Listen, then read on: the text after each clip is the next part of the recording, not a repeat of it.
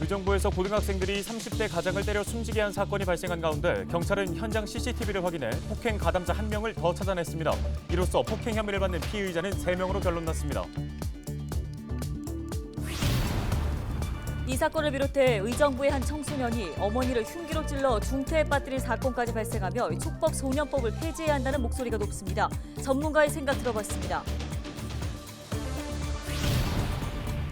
경기도의회 국민의힘과 민생당 의원들이 더불어민주당과 경기도의 전도민 재난지원금 지급에 대해 반대한다는 입장을 냈습니다.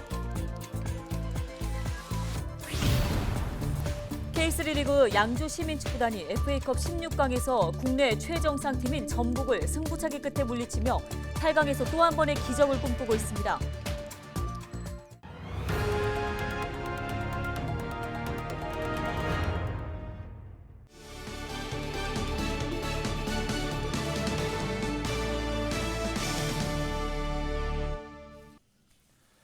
시청자 여러분 안녕하십니까? 헬로티비 뉴스입니다.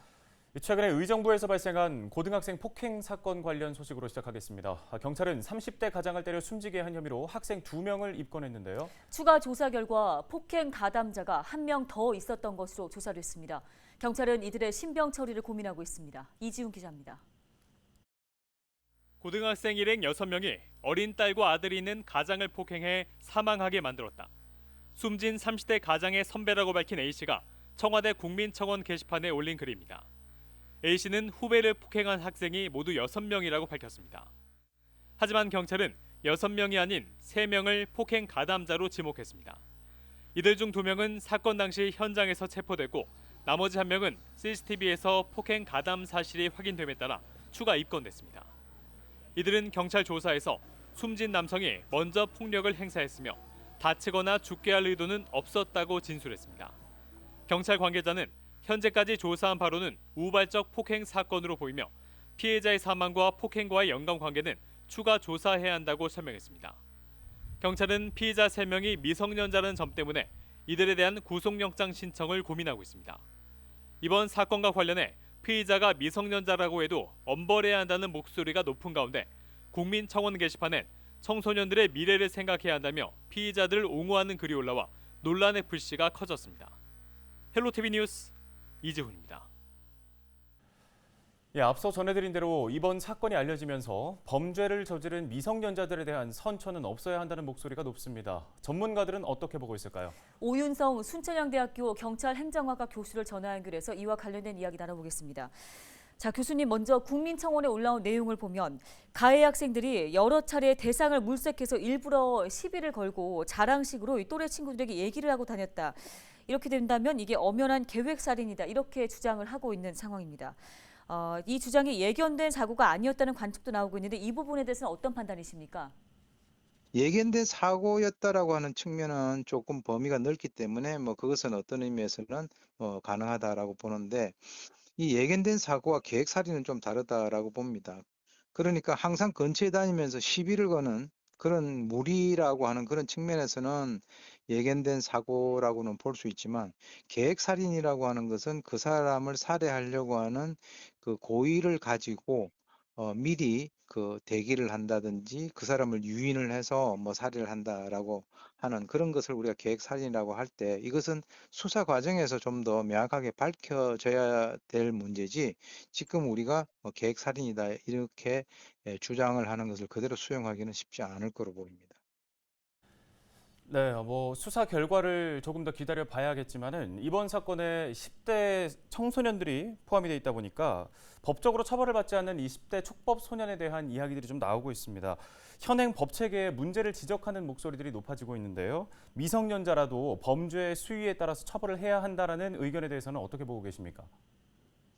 그럼요. 예, 미성년자라도 이제 범죄 수위에 대해서 엄벌은 반드시 필요하다라고 생각이 들고요. 지금 이 사람들, 즉 다시 말해서 이번에 30대를 폭행을 해서 사망에 이르게 한 이 청소년들 같은 경우도 지금 이제 14세 이상 19세 미만의 아마 범죄 소년에 해당될 것으로 보는데 이 소년들이라고 해서 그 어떤 행동에 대한 어떤 책임의 결과를 반드시 져야 된다라고 하는 그런 측면에서는 그 분명하고요.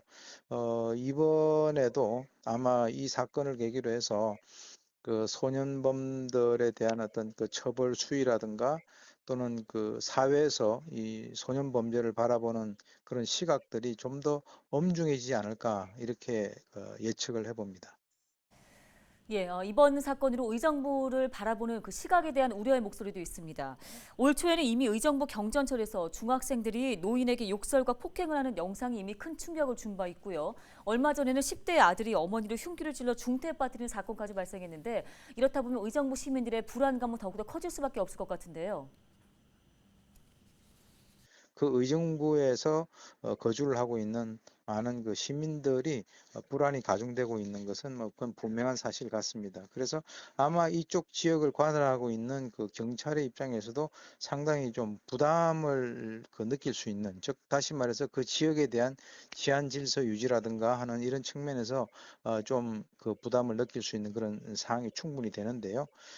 이런 일들을 계기로 해서 이쪽 지역에서의 어떤 그 경찰의 순찰을 강화한다든가 특히 이 청소년들이 어른들 또는 노인들을 상대로 해서 이런 일들이 발생되는 것에 대해서는 좀 더 관심을 가지고 접근을 해야 되지 않을까 생각이 듭니다. 네, 관련 도움 말씀 잘 들었습니다. 지금까지 순천향대학교 오윤성 경찰행정학과 교수였습니다.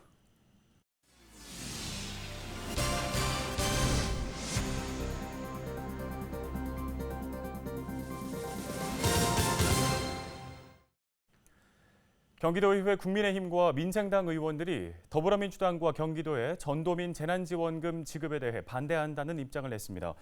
국민의힘과 민생당 의원들은 재난지원금은 사용처에 맞게 재난이 발생한 곳에 두텁게 지원돼야 한다고 주장했습니다. 그러면서 의원들은 상위 12% 도민이 재난지원금을 달라고 요청한 적이 있었느냐며 전도민에게 재난지원금을 지급해야 한다는 더불어민주당의 주장을 반박했습니다. 개발 제한 구역에서 불법 건물을 짓거나 폐기물을 방치하는 등 불법 행위를 한 업자들이 무더기로 적발됐습니다. 경기도 특별사법경찰단은 개발 제한 구역에서 불법 행위가 의심되는 300곳을 수사해 63건을 적발했다고 밝혔습니다.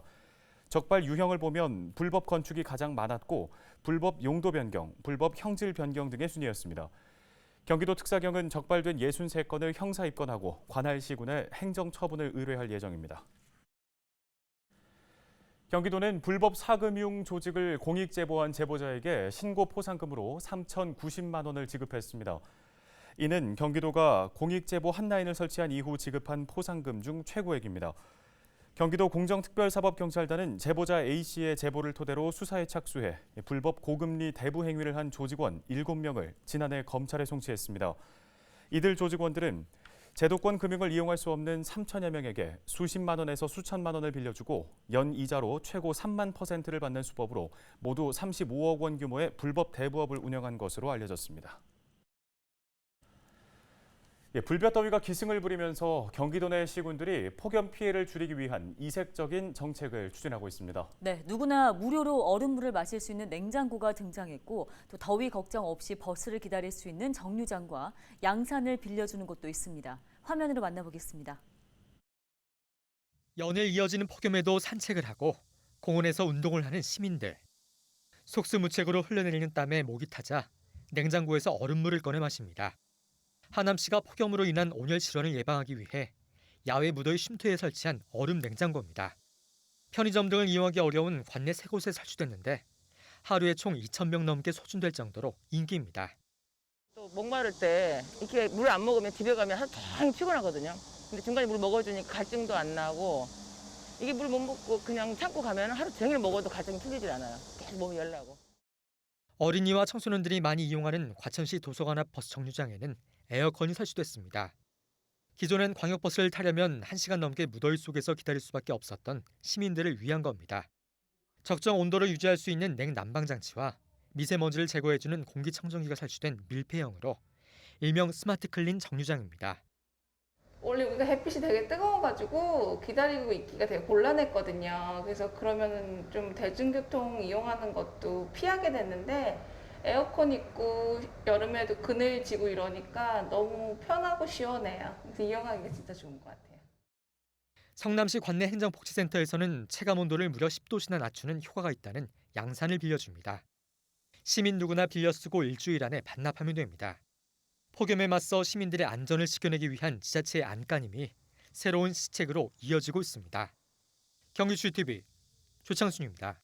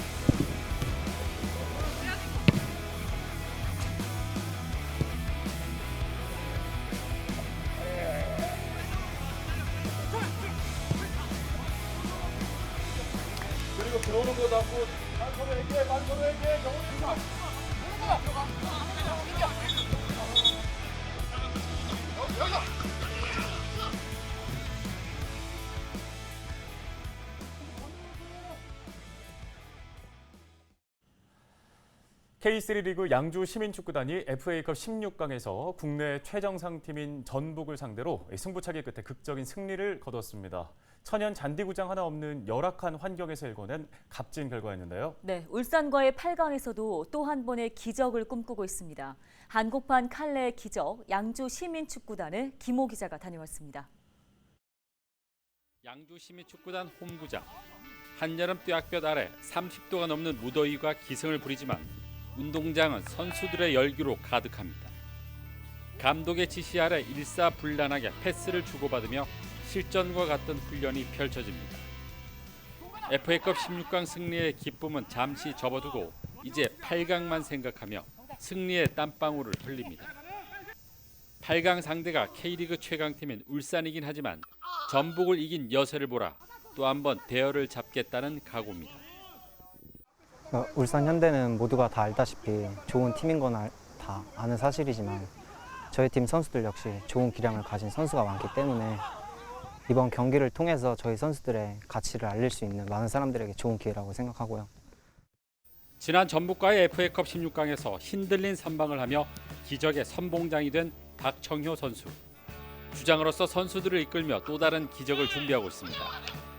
객관적인 전력에선 울산과 비교가 안 되지만 승리에 대한 간절함만큼은 어느 팀보다 높습니다. 특히 16강전 승부차기로 짜릿한 승리를 거둔 만큼 또다시 찾아올지 모르는 승부차기를 기대하며 경기력을 올리고 있습니다.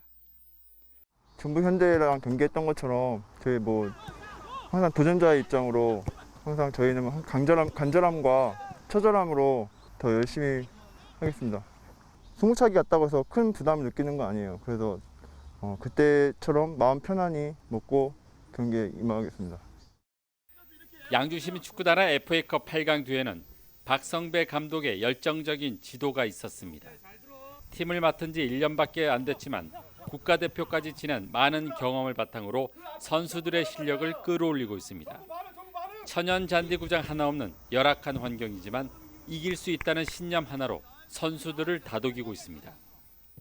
선수들이 이 경기의 중요성을 특히나 리그가 아닌 FA컵의 그러니까 일단 중요성을 알고 있기 때문에 그리고 또한 저희는 이제 여름 이적 시장에 또 새로운 선수가 한 4-5명 정도가 일단 보강이 됐고요. 일단 그 선수들하고의 일단 경쟁력에서 서로 시너지 효과를 내고 있기 때문에 지금 분위기는 최상인 것 같습니다.